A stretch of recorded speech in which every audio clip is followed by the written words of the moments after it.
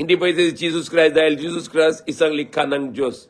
Isang likha ng Allah. Si Ram, hindi pwede Diyos siya dahil si Ram isang likha ng Diyos. Si Jesus Christ, isang tao na pinanganak doon sa Middle East, sa Palestine, na yung may gira na yun.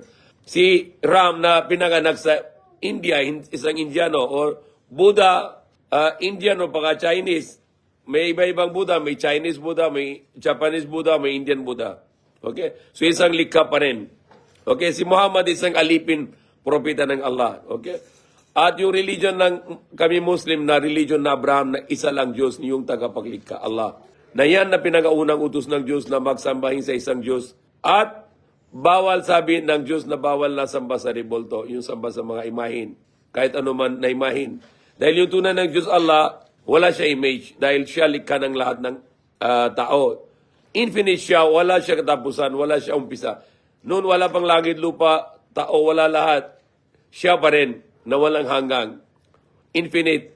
Walang umpisa, walang katapusan. Isa lang siya, wala siya kailangan. Hindi siya kailangan ng lugar, hindi siya kailangan ng dimension, hindi siya kailangan ng direction, hindi siya kailangan ng tao, hindi siya kailangan ng kain, hindi siya kailangan ng tubig, hindi siya kailangan ng pagod. Wala siya kailangan. Tunay ng Diyos, siya Allah. Lam yalid wa lam yulad, hindi siya nagkanak at hindi siya pinanganak. Hindi katulad si Jesus Christ, pinanganak siya, so hindi pwede siyang Diyos. Si Jesus Christ pinanganak siya dahil nalikha ng Diyos galing sa nanay, wala siyang tatay, yan ng miriklo.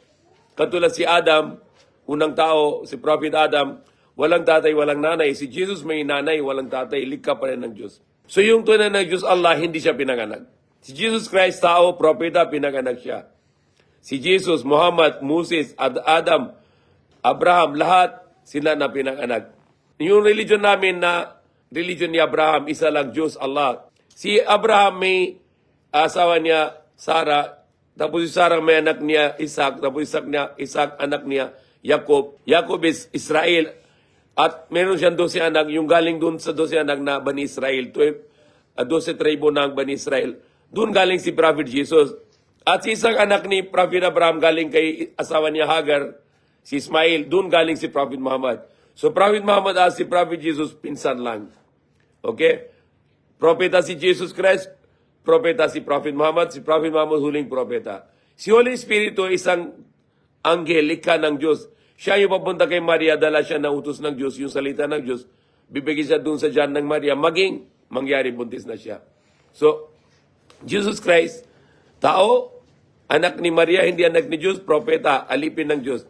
Si Holy Espiritu, isang anghel, likha pa rin ng Diyos. Si Mary, isang babae lang, likha pa rin ng Diyos. Yung tunay na Diyos, hindi siya Ama, siyang Allah. Siya ang tagapaglikha.